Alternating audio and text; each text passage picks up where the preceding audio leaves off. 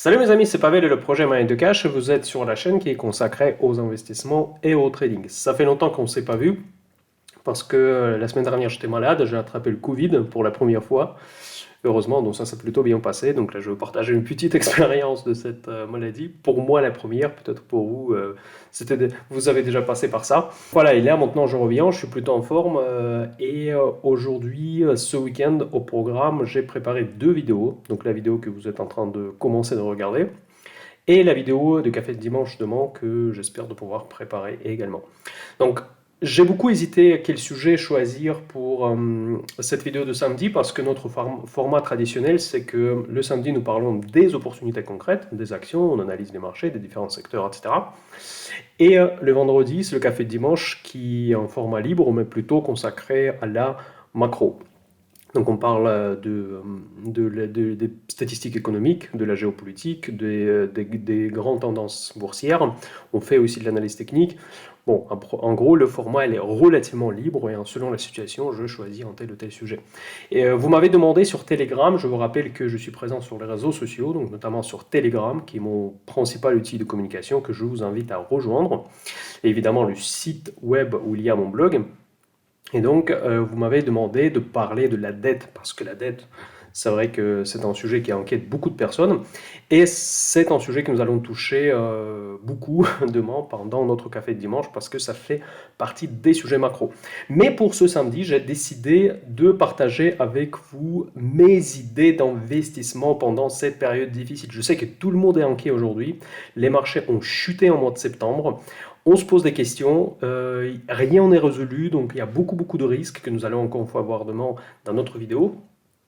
Et on doit se demander qu'est-ce qu'on faut faire. Et cette vidéo sera consacrée à des personnes qui aiment bien investir régulièrement. Quand je vous dis aujourd'hui que ce sont des actions dans lesquelles moi j'investis, parce que moi j'investis régulièrement, je suis un bon père de famille, et j'investis tous les mois, j'essaie de choisir des idées d'investissement. Et vu que c'est pour moi c'est un processus naturel, donc en gros de choisir les actions du mois, c'est pour ça que j'ai lancé une offre en fait sur le site mindthecash.fr, ce qui s'appelle la Mind de Cash Premium, où je partage avec vous beaucoup d'informations, mais notamment les différents screeners et mes sélections d'actions du mois. Vu que cette offre a été lancée il n'y a pas longtemps, je suis toujours dans la période du marketing, même si je ne suis pas du tout commercial. Je vous rappelle que contrairement à beaucoup d'autres youtubeurs, moi je partage ce que je fais avec mes réussites, avec mes erreurs. Je n'ai pas le but de gagner de l'argent uniquement avec le projet web, parce que moi je gagne de l'argent ailleurs. Mais pour moi, j'aimerais bien faire développer ce projet, proposer de plus en plus de services, des services de meilleure qualité. Et pour ça, j'ai besoin quand même de certains fonds. Et je proposais ce nouveau service qui s'appelle Mind de Cash Premium, qui est proposé actuellement à 14,99 € par mois, où je vous partage avec vous toute l'information que j'ai en tête. En fait, j'ai mes screeners selon les différents profils d'investisseurs. Je vais commencer cette vidéo par une bonne nouvelle parce que au début j'avais prévu que le prix de 14,99 € sera que pour les premiers 6 mois du lancement, mais finalement j'ai décidé de garder ce tarif en permanence, donc ça va être le prix définitif pour le club Mind Cash Premium. J'ai vu qu'il y a eu pas mal de personnes qui ont trouvé que le tarif que j'ai ciblé au début, il était un peu trop élevé. Du coup, j'étais à l'écoute de ma communauté et je propose actuellement de baisser les prix et rester sur ce tarif de 14,99 € par mois. J'espère que ce tarif est abordable. Chez certains brokers, c'est deux passages d'ordre, deux frais d'ordre chez les courtiers classiques. Et j'espère que cette tarification ne posera pas des problèmes. Et aujourd'hui, dans cette vidéo, je voudrais vous ouvrir un peu les actions que moi j'ai proposées pour le mois de septembre. Encore une fois, je rappelle que je ne suis pas un conseiller financier, je n'ai pas le droit de donner des conseils d'investissement. Chaque fois quand je dis quelque chose, ce n'est que mon avis. Donc gardez ça toujours en tête que je ne donne pas de conseils d'investissement, je suis obligé de le mentionner de point de vue légal, parce que pour être clair par rapport à ce que je fais. Donc les screeners que je propose tous les mois se trouvent sous l'onglet screener sur mindthecash.fr. Ils sont présentés sous 4 catégories. Chaque catégorie correspond plus ou moins à un profil type d'investisseur en bourse. Donc le premier profil, c'est Tranquille Biche, ce que j'appelle, c'est le bon père de famille. c'est une expression que j'utilise souvent sur mindthecash.fr. Ensuite, le profil dividende. Ensuite, le profil PEA, parce que j'imagine que beaucoup d'entre vous n'ont que un PEA, ce que je déconseille. Je conseille toujours qu'avoir le compte titre, le PEA, pour avoir une stratégie d'investissement complète. Et le quatrième screener, c'est pas vraiment un profil, mais ce sont mes idées personnelles. Donc du coup, ici, je prends un tout petit peu plus de risques. Mais les autres 3 screeners sont vraiment destinés à des investisseurs classiques. Mon but, c'est d'être responsable, même si je ne suis pas un expert dans le conseil en investissement et je n'ai pas le droit de donner des conseils. Je veux quand même vous présenter les valeurs avec des profils de risque relativement limités. Donc c'est-à-dire que je ne veux pas vous lancer sur des biotech, sur des trucs complexes, on va dire, où il faut vraiment gérer bien la diversification.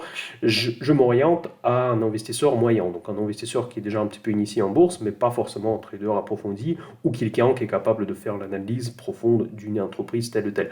Grosso modo, je vous propose une sélection d'actions à partir de laquelle vous pouvez faire votre propre stock picking, rajouter votre analyse par-dessus et éventuellement élaborer une stratégie d'un investissement régulier. Donc vous choisissez votre profil type, donc soit vous êtes un investisseur PEA dans les actions CAC 40 ou SBF 120, soit vous êtes un investisseur orienté dividende, soit vous êtes un investisseur qui ne veut prendre surtout pas de risques. Donc du coup, je propose une sélection qui s'appelle Tranquille Biche. Et en plus, mon top shortlist, c'est là où je prends un chouïa plus du risque. Et donc là, je vous montre quelles sont les actions, souvent les actions internationales qui ne sont pas éligibles au PEA, qui sont dans mon viseur actuellement. Voilà. Et dans cette vidéo aujourd'hui, pour partager avec vous mes idées d'investissement de septembre, qui est en train de se terminer, je voudrais ouvrir en fait en gros la liste, mon focus actuellement dans le cadre du projet Mind Cash Premium, quelle est la liste des valeurs que moi je trouve les plus intéressantes, que moi du coup j'ai présenté le mois dernier à des personnes qui se sont souscrits à l'offre premium Mind Cash.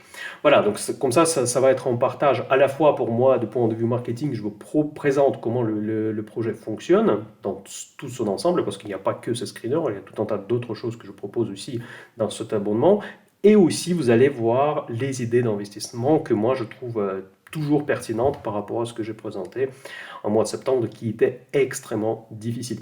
Voilà, donc du coup aujourd'hui on va revivre un peu le mois de septembre comme on l'a vécu au sein de ce projet Mind Cash Premium, dès le début jusqu'à la fin. Et là, je vais vous montrer quelles sont ces valeurs qui m'intéressent actuellement à investir malgré la situation très perturbée en bourse.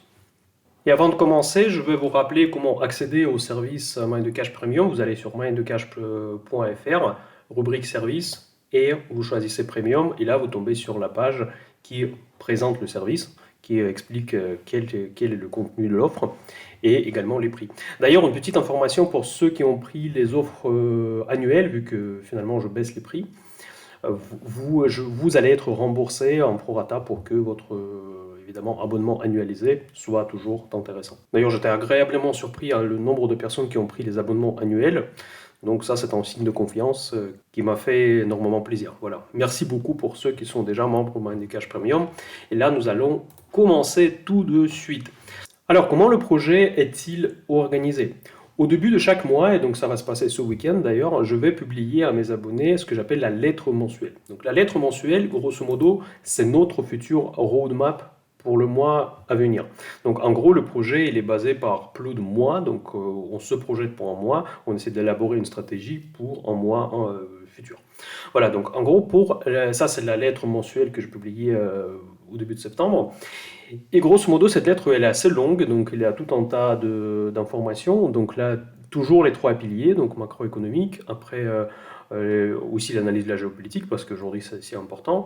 Ensuite, les statistiques qui sont les plus importantes du mois, les enjeux, donc évidemment, après, et l'analyse technique. L'analyse technique, pour moi, c'est quelque chose qui est très important, parce que moi, je me base sur 3 piliers, l'analyse fondamentale, l'analyse macro et l'analyse technique, qui nous permet d'estimer les tendances globales, en fait, parce que c'est vrai que moi j'investis régulièrement, quelle que soit la situation sur le marché, j'investis quand même parce que je trouve qu'il y a, quelles que soient les circonstances, on peut trouver des opportunités. Certes, on peut parfois quand les marchés sont trop élevés ou les risques sont trop importants, on peut prendre plus ou moins de risques. Mais dans tous les cas, avoir une approche régulière dans l'investissement, je trouve que c'est une bonne approche patrimoniale. Et l'analyse technique, pour moi, il me permet de décider si je veux hedger ou pas mon portefeuille. Hedger, cela veut dire que si vous êtes déjà un certain nombre de lignes dans votre portefeuille, vous pouvez vous protéger avec des options. D'ailleurs, dans le club Option Invest, j'explique comment je le fais, ou bien avec d'autres produits dérivés de votre choix. Si vous êtes un investisseur novice, vous n'êtes pas obligé de vous hedger, mais vous pouvez tout simplement ne pas acheter des actions, par exemple, ou bien être vraiment standardisé, acheter quoi qu'il en arrive et accepter certaines pertes. Bref, chacun choisit son approche. Moi, j'aime bien hedger parce que ça fait un petit peu un jeu, ça fait du challenge, ça fait lui faire l'analyse technique et ça me permet de me protéger. En gros, j'achète des assurances quand moi j'estime que les risques sont trop élevés. Et voilà, et donc dans cette vidéo, là, je vais commencer à analyser qu'est-ce que moi je pensais il y a un mois par rapport aux tendances boursières à cette époque. Donc là, dans cette lettre mensuelle, j'analyse trois indices, S&P 500, Nasdaq et CAC 40. J'avoue que j'ai pas toujours raison avec l'analyse technique, mais cette fois-là, j'étais pile poil sur tous les trois indices. Franchement, c'est très rare que j'étais tellement exact. Donc avec les lignes rouges que vous voyez sur votre écran, c'est le mouvement des marchés qui s'est réalisé pendant le mois de septembre. Vous voyez que la ligne jaune que j'ai décidée, évidemment je l'ai décidée à l'époque, je l'ai dessinée dans le vide parce que le marché, je ne savais pas où le marché voulait aller. Donc là, je disais que justement que sur S&P 500, nous allons aller jusqu'à 3600. Et donc là, si vous regardez aujourd'hui Investing, là quand j'enregistre cette vidéo, nous sommes à 3660. Donc là, quand j'ai enregistré cette vidéo, le marché était à 3900 et quelques, je crois. Donc on était de loin plus haut. Voilà, donc là, par contre, sur cette analyse technique, c'était exact. Pareil sur Nasdaq. Nasdaq, je m'attendais à une correction plus importante parce que bon, les bêtas sont plus importantes. Nasdaq est très sensible à la hausse de taux. La hausse de taux, clairement, ça allait continuer. J'attendais le Nasdaq à 10 800. Et là, actuellement, quand j'enregistre cette vidéo, il est à 10 870. Vous voyez. Donc, on ne peut pas être plus précis. Là, je vous montre des choses vraiment objectives parce que, ici, je ne peux pas mentir parce que vous pouvez aller regarder sur la lettre mensuelle quelle était la situation au début de septembre. Et là, vous voyez où on est aujourd'hui. Donc, vous allez que mes pronostics de point de vue technique sur les indices étaient exacts. Et pareil pour le CAC 40. Moi, je me l'attendais à des niveaux où il est actuellement. Donc, et sur le CAC 40, en plus, d'ailleurs, l'image technique elle est assez complexe. Je vais la publier dans la prochaine lettre mensuelle. Elle est plus complexe que sur les indices américains. Voilà, grosso modo, ça c'était le premier point. Donc là, j'ai fixé pour le mois de septembre la situation économique, la situation de point de vue tendance, et c'est ce que j'ai fait il y a un mois pour le mois de septembre. Donc du coup, pour constater que je m'attendais en mois de septembre difficile. Aujourd'hui, rétroactivement, nous pouvons dire quoi? Nous pouvons dire que c'était un mois très difficile. Donc voilà, donc là-dessus, j'avais complètement raison. Mais n'oubliez pas que le marché, il aime les gens modestes. Quand j'étais au début de septembre, je n'étais pas sûr que mes pronostics allaient se réaliser. Allaient se réaliser de manière aussi exacte en plus.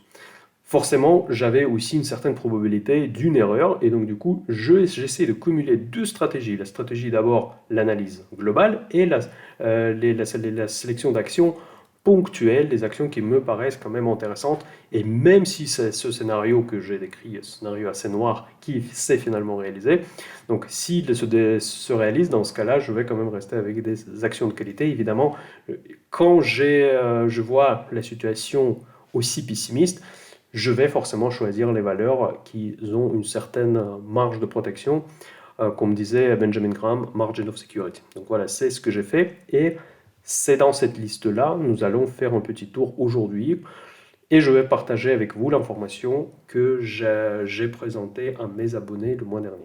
La première action que je choisis pour plusieurs de mes screeners, à la fois pour le screener Tranquille Biche et pour le screener PEA, c'est Air Liquide. Tout le monde connaît cette valeur, tout le monde aime cette valeur, surtout pour sa politique des dividendes, surtout pour sa qualité de gestion, pour tout un tas de critères. C'est une des meilleures valeurs en française. Je pense que choisir pour le portefeuille Tranquille Biche l'action Air Liquide comme le premier stock pick de début de projet Mind Cash Premium, je pense que c'était une très bonne idée. Et en plus, les niveaux, il était très intéressant. Donc voilà, actuellement, le niveau reste toujours intéressant. Donc là, on a baissé un tout petit peu quand même sur le mois de septembre. Cette action dans mon backlog, en fait, parce que moi, je fais une suivi des valeurs que moi j'ai choisies pour les mois précédents. Air Liquide, il a perdu à peu près un petit peu moins de 5% par rapport au cours de référence que j'ai utilisé. Mais le CAC 40, il a perdu 7,5 sur la même période, donc ça veut dire que le choix, il était quand même plutôt bien. Donc aujourd'hui, nous sommes dans la situation quand même assez intéressante. On a cassé la moyenne mobile de 100 jours et nous nous retrouvons sur les niveaux de RSI. En fait, ça c'est le Relative Strength Index en fait, qui permet de détecter les zones de surachat ou de survente. Quand on passe dans la zone de 30, ça veut dire qu'on est dans la zone de survente. Et nous sommes très proches de la zone de 30, même si on n'est pas dedans. Mais attention, ça c'est un graphique weekly. Weekly parce que moi je regarde une tendance de très long terme, et ça cette ligne verte que vous voyez sur votre écran, qui n'est pas loin en fait. Et ça c'est la ligne qu'on a touchée pendant la crise de Covid, pendant toutes les grandes crises, on n'a jamais traversé cette ligne de tendance. Et donc le minimum en fait auquel on peut attendre c'est 110. Donc après si on veut s'attendre à 110 ou pas, moi je rentre souvent un petit peu en avant parce que le marché peut anticiper. Le marché pour les très grands supports, il ne peut ne pas s'approcher. Donc voilà, c'est à voir, chacun décide comme il veut. Si vous voulez attendre, c'est une valeur de grande qualité. Moi je n'ai pas envie qu'elle reparte à la hausse et moi je ne suis pas positionné. Donc, mais ça, évidemment, c'est un choix personnel de chaque investisseur. Donc, moi, je m'en tiens pour ce mois-ci. Pour le mois d'octobre, je vais m'en tenir certainement une recommandation sur Air Liquide. Attention tout de suite, quand je dis une recommandation, ce n'est pas une recommandation officielle, c'est grosso modo mon avis optimiste, mon avis positif à l'achat sur l'action Air Liquide. Voilà.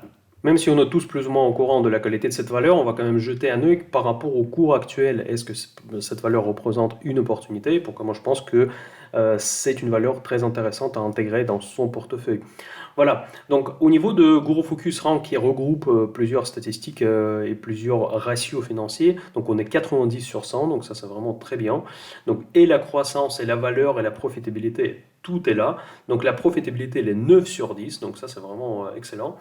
Ensuite, le Forward PE 18,6. Vous savez, pour Air Liquide, c'est assez rare. C'est pendant les crises très profondes que nous avons vu ces Forward PE ratio. Je regarde toujours la Forward parce que ce qui était réalisé dans le mois passé, dans la dernière année, c'est pas forcément très intéressant. Et moi, je trouve que déjà, par rapport à ce Forward PE, c'est moins cher que l'historique.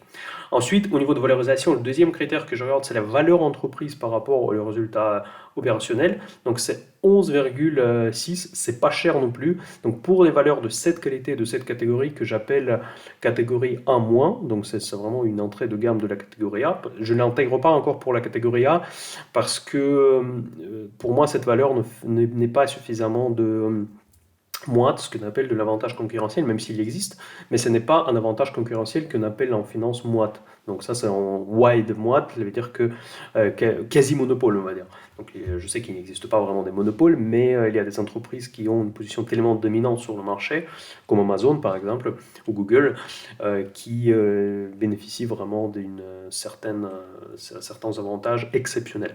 Donc pour moi, Air Liquide, il a des avantages concurrentiels, sans aucun doute, mais ce n'est pas les avantages concurrentiels comparables par exemple à Amazon.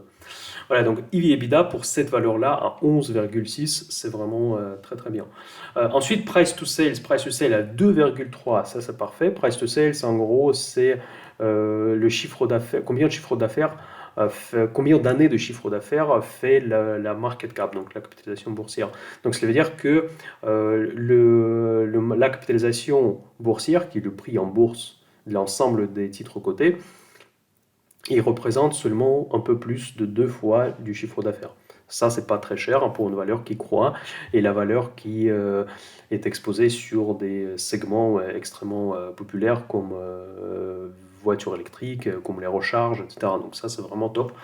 Pour moi, ça passe clairement de loin, ça passe de point de vue fondamental tous mes critères d'investissement et la rentabilité, elle est à 7,5, mais cette rentabilité qui tient compte de la dette, c'est pas monstrueux, mais cette valeur elle maintient cette rentabilité qui est quand même correcte. C'est pour ça d'ailleurs aussi non plus que je suis pas, on va dire, c'est pas ma valeur de rêve, mais c'est une valeur que moi je veux à long terme avoir dans mon portefeuille. 7,5 c'est tout à fait normal, on va dire, c'est pas extraordinaire, c'est pas Google, c'est pas Mastercard, mais c'est parfait. Ensuite, les autres scores scoring, en fait. Et d'ailleurs, dans le Mind Cash Premium, il y a un screener qui est dédié aux entreprises avec des meilleures notes du scoring. C'est quoi ces systèmes de scoring? Grosso modo, il y a tout un tas de différents systèmes qui permettent de regrouper les différents ratios financiers, un peu comme fait GoroFocus avec son gros score. Mais il y en a ceux qui sont pas spécifiques à ce service que j'utilise, mais qui sont utilisés généralement par les analystes financiers. Et un des plus connus, c'est Piotrowski F-Score, qui donne une note entre 0 et 9. Et pour Air Liquide, ça donne 7. Et sur le site Mindcash Premium, vous pouvez avoir un screener avec les valeurs qui sont le mieux notées en ce moment, donc qui ont le 8, 9, etc. Donc après c'est pas de la magie en fait. Ça ne va pas nécessairement dire que si vous achetez que du 9, dans ce cas-là, vous allez toujours gagner de l'argent. Non, c'est pas aussi simple que ça. Ça reste de la théorie, ça reste des agrégations financières. Mais par contre, ça peut vous donner un certain point de départ déjà pour choisir les entreprises avec des bons fondamentaux. Voilà. Donc pour moi, Air Liquide, ça c'est la première sélection que j'ai présentée à mes abonnés le mois dernier, et je pense que je vais m'en tenir, je vais toujours à l'achat. En plus, elle est baissée, en plus le cours actuellement il est encore plus intéressant qu'il était en début de septembre. La deuxième valeur que j'ai choisie pour la sélection Tranquille Biche, pour ceux qui ne veulent pas prendre beaucoup de risques, c'est Roche Holding. Et Roche Holding se trouve dans la configuration assez proche à celle de Air Liquide. Vous savez que j'aime beaucoup cette valeur. Pour moi, c'est la meilleure pharma, en tout cas de la rentabilité. Je n'ai pas trouvé mieux. Donc en fait, tous mes sélections, tous mes screeners que moi je fais pour moi, il ressort en premier. Donc c'est une valeur suisse. C'est vrai qu'aujourd'hui, pour l'acheter, c'est un peu difficile de point de vue cours de change, parce que franc suisse, maintenant, il a dépassé l'euro. Bon, il y a beaucoup de devises qui ont dépassé l'euro en ce moment, mais franc suisse, elle est entre ces devises gagnantes. Et aujourd'hui, cette valeur, vous imaginez que pendant le mois de septembre, qui était le mois le plus difficile depuis septembre 2020, donc c'était un mois extrêmement compliqué en bourse, cette valeur, elle a pris 2,5%. Vous avez bien entendu, elle a monté contre le marché. Donc c'est pour ça que cette valeur, elle faisait partie du portefeuille Tranquille Biche. Et cette valeur que je trouve toujours intéressante, même si elle a rebondi un tout petit peu. Cette valeur, elle est tranquille. Franchement, pour ceux qui sont tranquilles biches, c'est vraiment excellent. Donc parce qu'elle est tranquille de point de vue fondamentaux, de point de vue croissance, de point de vue cours boursier également. Il y a parfois des gros mouvements, mais le gros mouvement sur Roche Holding, c'est genre 3% maximum. Donc voilà, c'est une valeur avec ce qu'on appelle une bêta, une sensibilité aux tendances qui est très faible. Donc du coup, cette valeur vit un peu sa vie, valeur d'une telle qualité qu'on voit rarement. Après, il y a des problèmes d'imposition de dividendes pour ces valeurs suisses. Il faut le mentionner, même si je ne parle pas de fiscalité sur ma chaîne, parce que j'imagine que vous pouvez être des différents pays, vous pouvez être de la Suisse également, donc du coup pour vous c'est tout à fait relevant ce que je suis en train de dire. Mais si vous êtes en France, il faut regarder comment fiscaliser les dividendes, parce que c'est une entreprise qui est un aristocrate des dividendes. Si vous l'achetez, certainement c'est un achat à long terme. Et si c'est un achat à long terme, donc forcément il faut penser aux dividendes, comment les fiscaliser, quoi. De point de vue tendance, en fait, on est aussi plus haut, en fait. On est plus haut que Air Liquide parce qu'il n'a pas subi la correction pendant ce mois de septembre. Et, nous sommes toujours sur la ligne de moyenne mobile 200 jours et la grande ligne de tendance, vraiment la tendance de fond, elle est quand même assez encore loin. En fait, elle est à 260 et le cours actuel, il est à 323 francs suisses. Donc de point de vue technique, on ne peut pas dire que c'est de la folie, mais même si on est proche sur la moyenne mobile à partir de laquelle on peut éventuellement rebondir, même si le marché reste quand même assez compliqué. De point de vue fondamental, vous voyez que c'est un peu du copier-coller encore une fois de Air Liquide, c'est que 90 sur 100 sur GoroFocus Score, Piotrowski on regarde déjà directement, il est inférieur, elle est à 5, entre 5 et 6, donc elle est moins notée sur Piotrowski F-Score. Ensuite, les rentabilités. Par contre, là, les rentabilités sont bien plus élevées pour Roche Holding. C'est 21%, donc c'est vraiment énorme pour une pharma. Si vous me trouvez une pharma qui est aussi rentable, je suis intéressé. Ensuite, Forward PE, c'est 15,7 pour une valeur comme ça, comme je vous le dis, c'est vraiment donné. Et même le PE actuel, en fait, par rapport aux derniers résultats, il n'est pas bien cher. Et EV/EBITDA, au niveau de valorisation, il est à 12. Donc elle est un tout petit peu plus cher sur EV/EBITDA que Air Liquide. Mais dans tous les cas, les deux valeurs se valent, même si ce n'est pas le même secteur, bien évidemment. Mais pour ceux qui cherchent la tranquillité, Je pense que les deux sont intéressantes, donc vous pouvez considérer pour renforcer votre portefeuille. Troisième valeur que j'ai choisie cette fois pour le portefeuille PEA, c'est Sanofi, donc il ne faut pas la présenter non plus, c'est une valeur que vous connaissez parfaitement, bon, une des plus grandes valorisations françaises. Et donc, je l'ai choisi pour PEA et pas pour Tranquille Beach, tout simplement parce que la situation technique pour moi était incertaine. Je n'étais pas certain qu'on allait tenir, en fait, dans les contextes négatifs que moi j'ai prévus justement dans la lettre mensuelle avec mon analyse technique des indices, qu'on allait tenir la moyenne mobile de 100 jours. Et c'est ce qui s'est passé, justement. Donc elle a baissé, mais maintenant elle est dans la zone sous la moyenne mobile, donc du coup elle est très baissière. Donc c'est pour ça que je ne l'ai pas conseillé tout de suite dans le portefeuille tranquille, parce que techniquement, moi je voyais encore du potentiel pour la baisse. Et je sais que Sanofi, d'ailleurs ça vous pouvez voir assez facilement avec des bougies longues, en fait, qui a tendance de faire des mouvements assez radicaux sur les marchés. Donc du coup, ça peut faire peur un petit peu les biches, en fait, ceux qui n'aiment pas prendre beaucoup de risques. Donc c'est pour ça que j'ai quand même être un petit peu peut-être conservateur par rapport à la valeur Sanofi. Mais dans tous les cas, ça reste une valeur de qualité et ça, c'est une valeur qui est actuellement au niveau de RSI, elle est dans la zone déjà de survente et on peut commencer vraiment à s'intéresser à cette valeur, même si techniquement on peut encore aller chercher 72. À 72, ça sera Tranquille Beach sans aucun doute. Vous voyez, le principe est le suivant, que Tranquille Beach, c'est pas uniquement le profil de l'entreprise, mais c'est l'ensemble de facteurs. C'est le profil évidemment de l'entreprise défensive, qu'il soit dans le secteur qui fait du sens, le secteur qui a de l'avenir, il a de la place dans ce secteur, mais aussi que techniquement et fondamentalement, cette entreprise représente un intérêt particulier. Donc vous voyez, c'est tout l'ensemble de ces facteurs économiques sont importants pour définir que c'est une tranquille biche ou pas. Maintenant, je vais regarder l'analyse fondamentale. Donc, vous voyez que le Go Focus Score il est un petit peu inférieur à ce qu'on a vu pour Air Liquide et pour Roche Holding, 86 sur 100, ça reste toujours très solide. Piotrowski, il est à 6. La profitabilité est 8 sur 10, donc ça c'est très bien. La rentabilité ROIC, il est à 8, donc ça c'est pas mal, mais vous voyez encore une fois, c'est pas fou, c'est pas comme Roche Holding, mais c'est plus ou moins le même niveau comme pour Air Liquide. Par contre, la valorisation, vraiment, elle est super intéressante parce que sur Forward PE, on est déjà en dessous de 10. 10 pour une valeur, une grande pharma comme ça, c'est vraiment donné. C'est beaucoup moins cher que Roche Holding, c'est moins cher que Air Liquide sur ce ratio-là. Et EV/EBITDA, nous sommes à 13. Et c'est pour ça que j'utilise les deux, parce que EV/EBITDA, c'est un critère plus restrictif.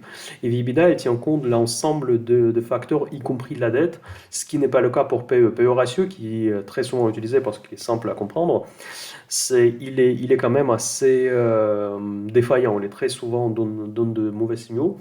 Et vous voyez, ici, justement, c'est un très bon exemple, parce que PE ratio, il est super intéressant, mais EV/EBITDA vous montre quand même, si on tient compte de la dette, si on tient compte de leur market cap, la valeur d'entreprise, en grosso modo, par rapport à ces résultats, bon, ça reste correct, 13, c'est pas cher, mais ce n'est pas, vous voyez, ce n'est pas neuf, quoi. Donc c'est pour ça. On peut avoir, en regardant juste sur PE ratio, on peut avoir l'impression que cette valeur, elle est vraiment bon marché, mais c'est bon marché, mais pas très bon marché. Voilà, donc Sanofi, ça c'était le troisième choix pour Mind the Cash Premium que j'ai présenté le mois dernier. Et par contre, je ne l'ai pas acheté, moi. En fait, je l'ai acheté dans le portefeuille modèle POA, parce que je vous rappelle que sur le site Mind the Cash, j'ai des portefeuilles que je vous présente. Donc, il y en a 3 portefeuilles, le portefeuille rentier, le portefeuille POA et le portefeuille Tranquille Biche qui est réservé uniquement aux abonnés Mind the Cash Premium. Pour les 2 autres portefeuilles, je ne sais pas comment je vais encore faire, parce qu'il y a quand même aussi un certain respect à des personnes qui ont payé quand même l'abonnement, parce que si je veux publier les informations dans l'espace gratuit, ça va être injuste par rapport à ceux qui ont pris l'abonnement. Et donc là, j'ai rajouté Sanofi dans le portefeuille PEA. Et j'ai choisi Sanofi, pas Air Liquide, pour le PEA, tout simplement parce que Air Liquide, je l'avais déjà. Donc, pour des diversifications, je voulais avoir une valeur pharma dans ce portefeuille. Et pour le portefeuille Tranquille Biche, j'ai initié la première ligne. Vous pouvez deviner que là, pour l'instant, je peux vous montrer. C'est exceptionnel ce que je fais, évidemment. Ne vous inquiétez pas, ceux qui font partie déjà à Moyen de Cash Premium, je ne veux pas faire ça tous les mois. C'est juste pour montrer le principe de fonctionnement de l'abonnement. Donc voilà, la première valeur, c'était Air Liquide qui était rentrée. Là, actuellement, je suis légèrement positif sur cette valeur-là. Parce que en fait, je ne l'ai pas acheté au prix pire qui était. Donc là, je l'ai acheté, j'ai profité quand même de prix intéressants. Et aujourd'hui, je suis plus ou moins à l'équilibre, on va dire, après le mois extrêmement compliqué. Donc ça, il faut bien comprendre que dans un contexte compliqué, le portefeuille Tranquille Biche a fait une performance positive. Ça, c'est top. Voilà, donc ça, c'est juste que je vous rappelle que je présente des portefeuilles ouverts sur le site moyendecash.fr. Quatrième valeur que j'ai choisie pour un de mes portefeuilles, elle était présente dans plusieurs sélections, en fait, dans Mind de Cash Sélection et aussi dans les entreprises pour les dividendes, c'est Rio Tinto. Franchement, très souvent, je mentionne dans mes vidéos cette valeur des minières. Elle est australienne-britannique. Et j'aimerais bien m'arrêter un petit peu plus sur cette valeur parce qu'aujourd'hui, elle est vendue à la casse. Et cette valeur, pendant le mois extrêmement difficile, pendant cette chute de marché, elle m'a fait 2,7% de plus-value. Donc c'était vraiment un excellent choix pour ce mois-ci parce que les minières n'ont pas s'ouvert au mois de septembre. Donc n'oubliez pas que parfois, chaque crise cache des opportunités. Et une des opportunités aujourd'hui, pour moi, c'est les minières. Les minières sont vendues à la casse. On sait pourquoi, parce qu'il y a les récessions, blablabla, mais vous savez, tout a son prix. Donc à partir d'un certain moment, on est obligé d'acheter, si on est un investisseur sérieux, il y a des choses qu'on doit acheter à partir d'un certain prix, parce que sinon, quand est-ce que vous achetez, je ne sais pas, parce qu'elle ne va jamais valoir zéro. C'est une entreprise qui gagne de l'argent, qui est rentable, et que vous allez voir, tout à l'heure, je vais vous montrer tous les chiffres. Elle est extrêmement rentable. On peut parler éternellement de l'analyse technique, mais au prix actuel, avec des ratios actuels, je ne sais pas qu'est-ce qu'on doit chercher encore. Si vous investissez pas dans des valeurs comme ça, dans ce cas-là, je ne sais pas dans quoi vous investissez. Voilà, grosso modo, sur l'analyse technique, bon, il n'y a rien d'intéressant parce que bon, il bouge, en fait, il est relativement volatile quand même, mais c'est surtout les ratios fondamentaux qui sont importants. Et aussi un point de devise. J'ai enregistré une petite vidéo pendant mes vacances sur les devises, comment je gère l'exposition des devises dans mon portefeuille. Et je vous disais que moi j'aime bien avoir plusieurs devises.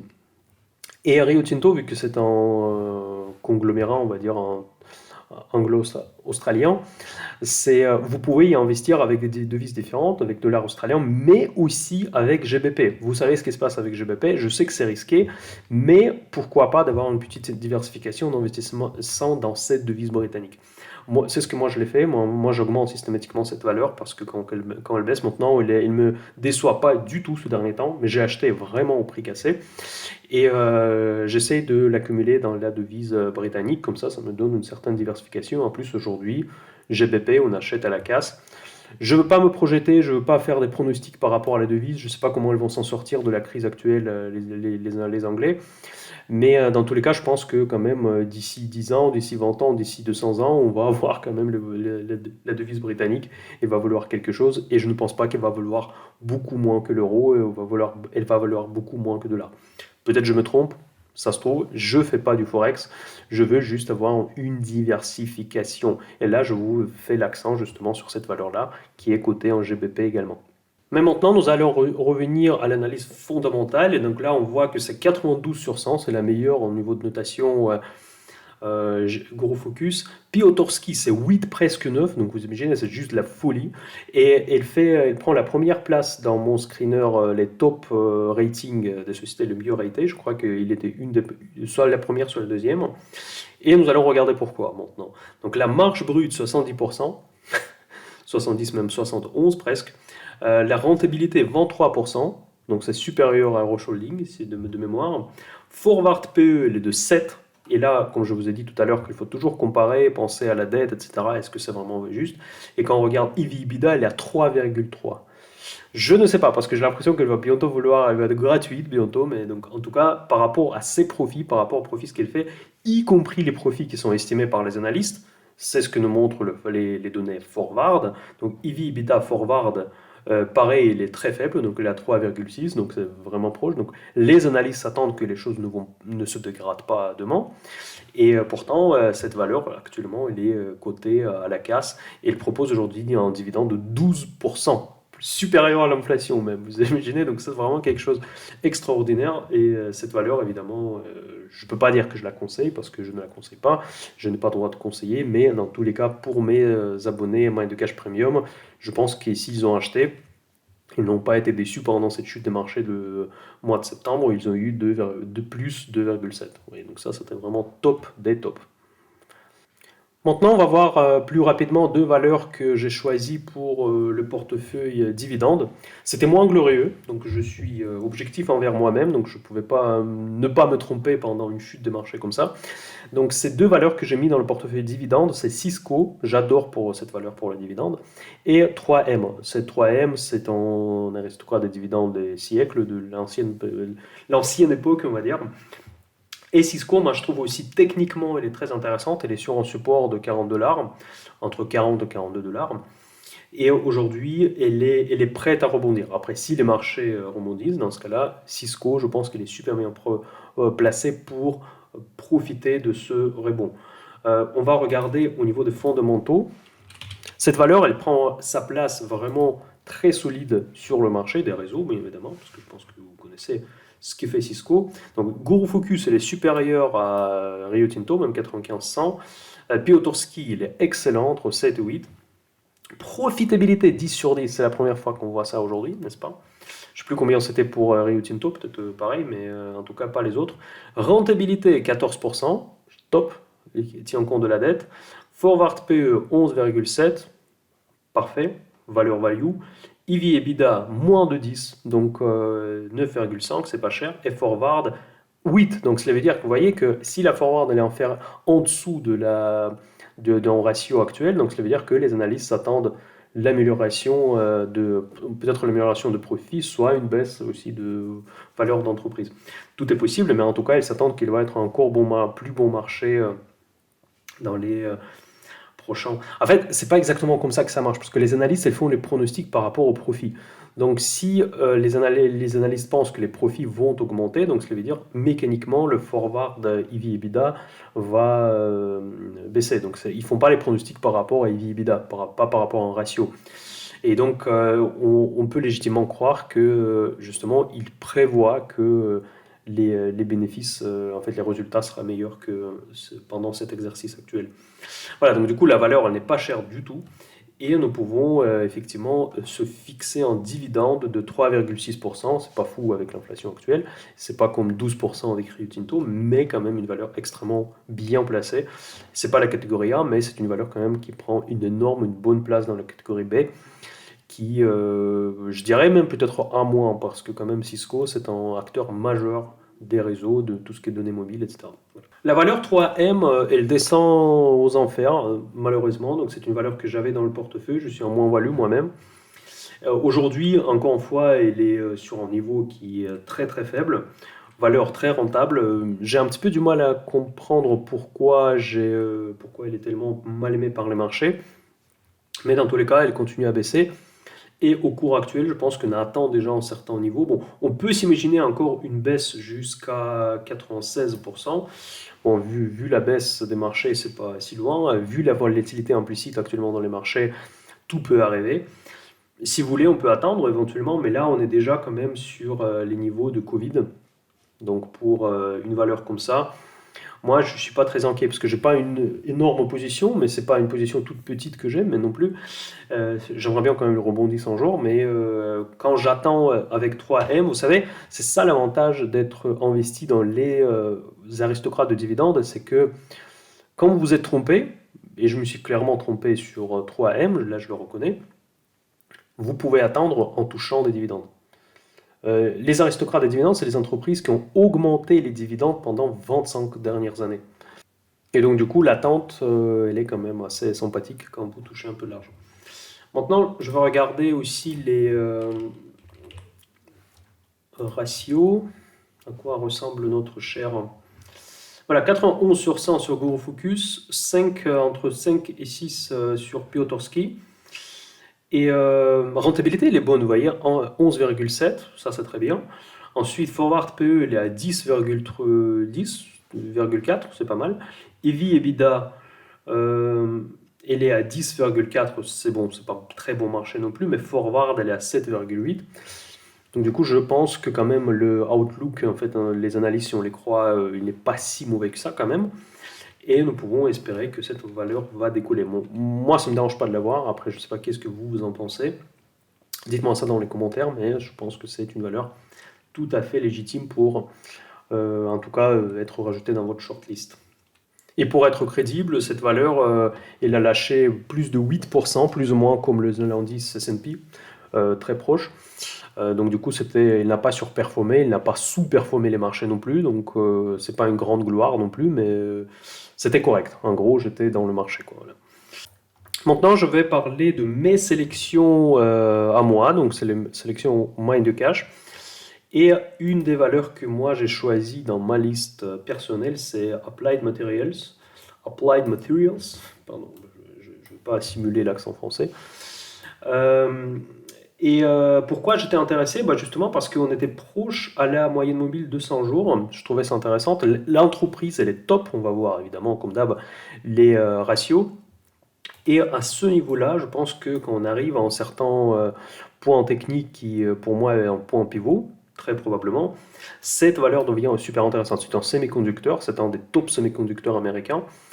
Et pour moi, le rebond, il est fortement probable. Parce que là, je m'attendais plus ou moins qu'elle va encore un tout petit peu baisser. Elle a lâché aussi 8% et quelques, donc plus ou moins de même ampleur que l'indice de référence. Du coup, le cours de cette valeur par rapport au début de septembre, il était encore plus intéressant. Pourquoi je m'intéresse à Amat? Là, vous allez voir, Amat, ça c'est le ticker. L'entreprise s'appelle Applied Materials.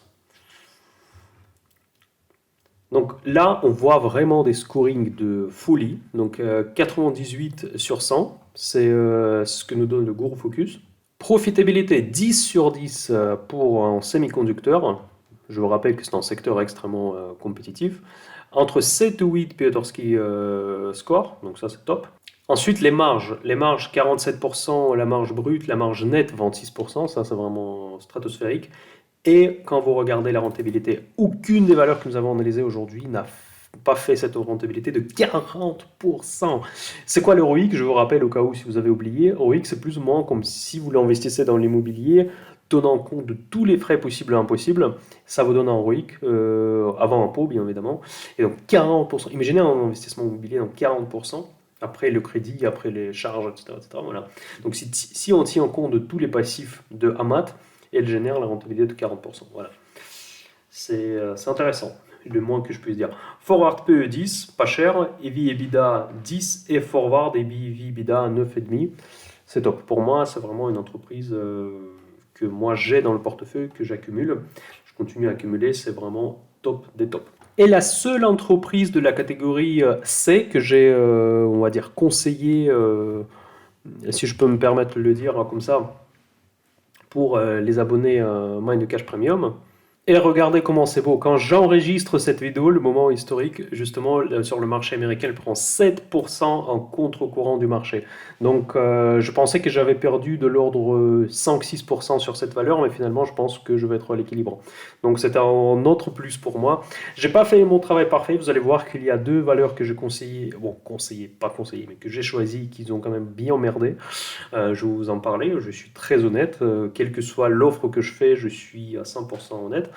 Et cette valeur-là, par contre, elle est vraiment excellente. Là, ce qui est intéressant de regarder, c'est quand même leur business model parce que elle est dans la médecine, en fait, c'est le healthcare, mais c'est une médecine esthétique, c'est une valeur israélienne. Et vous savez, en Israël, il y a énormément de valeurs sous-valorisées. Donc c'est pour ça que ça vaut le coup peut-être de faire une vidéo sur des valeurs qui sont en Israël, qui sont souvent très technologiques, qui sont très pointues. Et ça vaut, et c'est pas du tout une mauvaise idée de faire du stock picking sur ce marché israélien.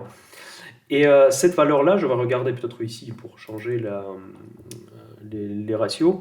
Donc là, on va voir que PE ratio, elle est 14,8. Price to sales est quand même assez élevé, mais n'oubliez pas, c'est la catégorie C, c'est une valeur de croissance.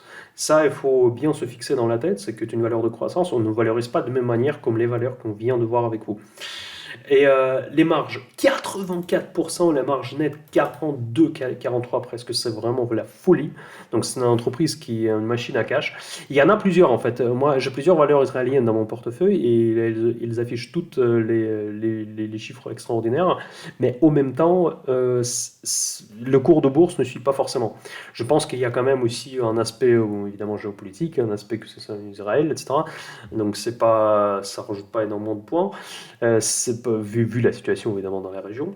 Je pense qu'il bénéficie d'une certaine décote, un peu comme Corée du Sud, des choses comme ça. Après, je ne suis pas trop expert de ce marché en général. Donc voilà, vous voyez, donc toutes les rentabilités que je vous ai montrées, 47%, j'ai du mal à croire même, 47% en moyenne sur 5 ans. Vous savez, la boîte, en moyenne sur 5 ans, il vous cache de 47% presque de renta tous les ans. Et la croissance est là. La croissance de earning per share, c'est le bénéfice net par action. La croissance de chiffre d'affaires, énorme, entre 30 et 40% sur le chiffre d'affaires. Donc c'est une entreprise qui cartonne. Pas de dette, mes amis, pas de dette, pas un centime de dette. C'est vraiment, c'est une entreprise avec un bilan pratiquement parfait. Seul inconvénient peut-être qu'il n'a pas de dividende, mais s'il y avait encore un dividende, ça serait vraiment quelque chose de chelou.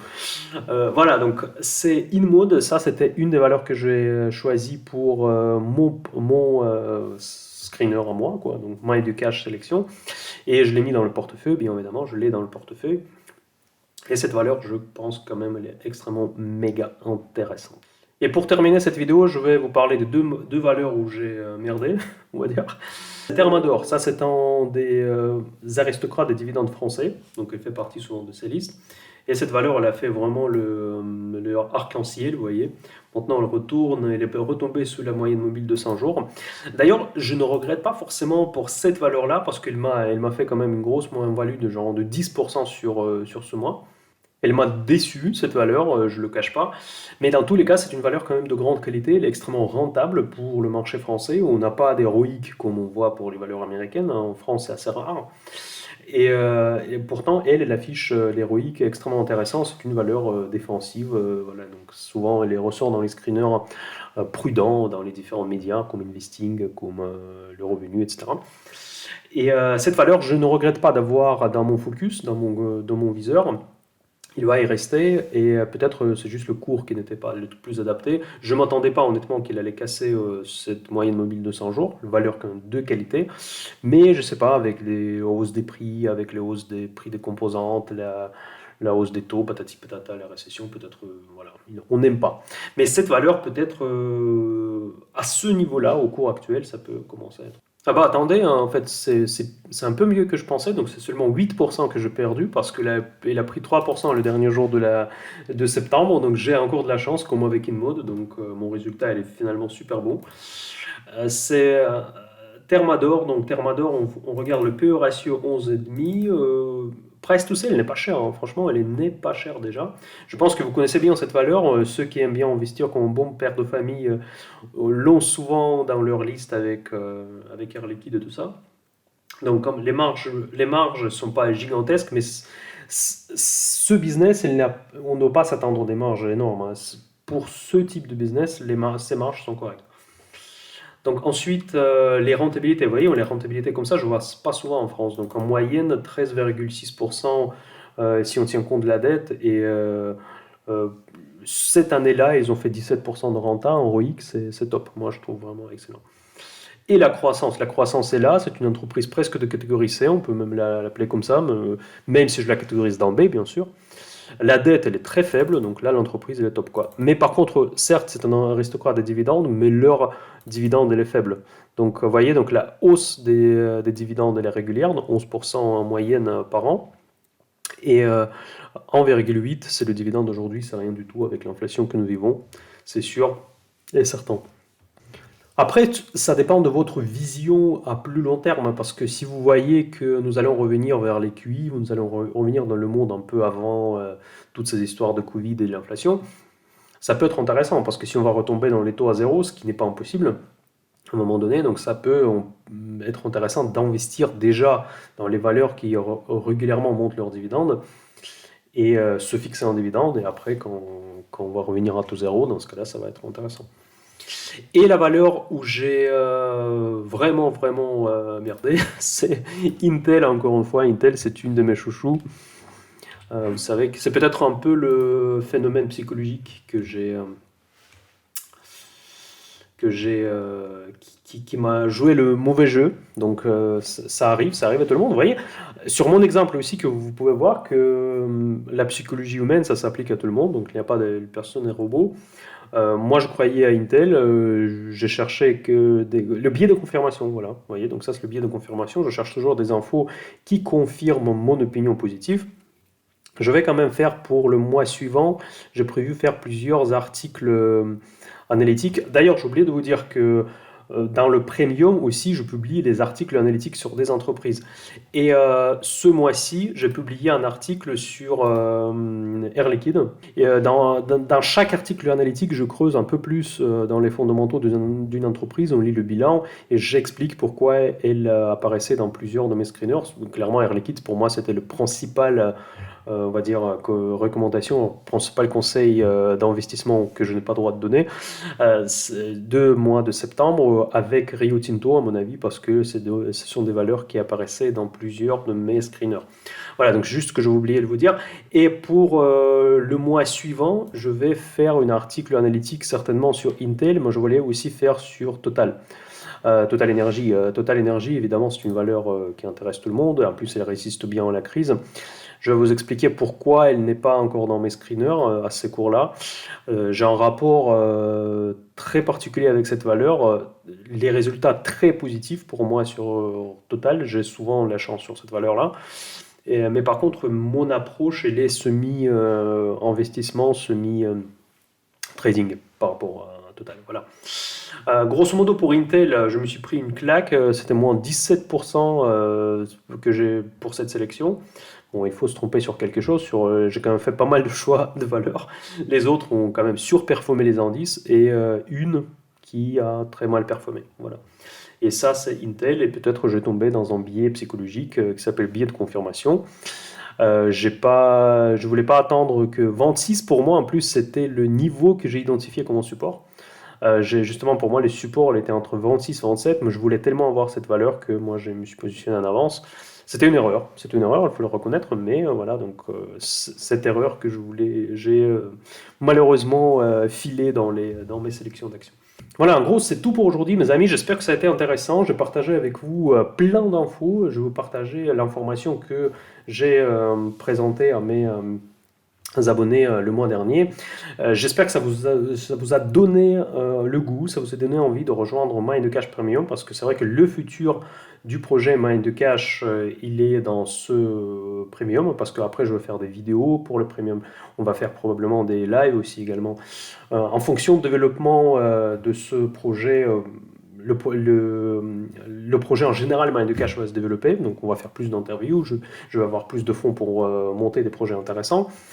Et comme ça, j'espère que cette vidéo vous a servi, même si vous n'allez pas rejoindre Mind Cash Premium, j'espère que cette vidéo est intéressante. Vous avez un petit peu une vision dans quel état d'esprit je suis. Je fais comme d'habitude, je suis fidèle à mes principes, je fais l'analyse technique, je regarde l'humeur en général, mais j'essaye d'être régulier dans les investissements. Et l'analyse technique me permet de faire des hedges. Les hedges que je publiais sur le groupe Option Invest, c'est un club qui est dédié aux options, parce que moi j'utilise beaucoup ces produits pour protéger mon portefeuille. Et aussi, je vais partager mes idées, mes sentiments négatifs par rapport au marché dans la chaîne Telegram que je vous invite à rejoindre. Je vous dis à très bientôt, plus exactement à demain pour le café dimanche. On va parler des sujets globaux, des sujets liés à la dette notamment. Essayer de comprendre ce qui se passe actuellement sur le marché. Je sais que tout le monde a peur, il ne faut pas être trop inquiet. Il faut comprendre ce qui se passe, ce sera le but pour faire des bonnes conclusions et dormir tranquille. Surtout, tranquille, biche. Allez mes amis, Mind the Cash, bye bye.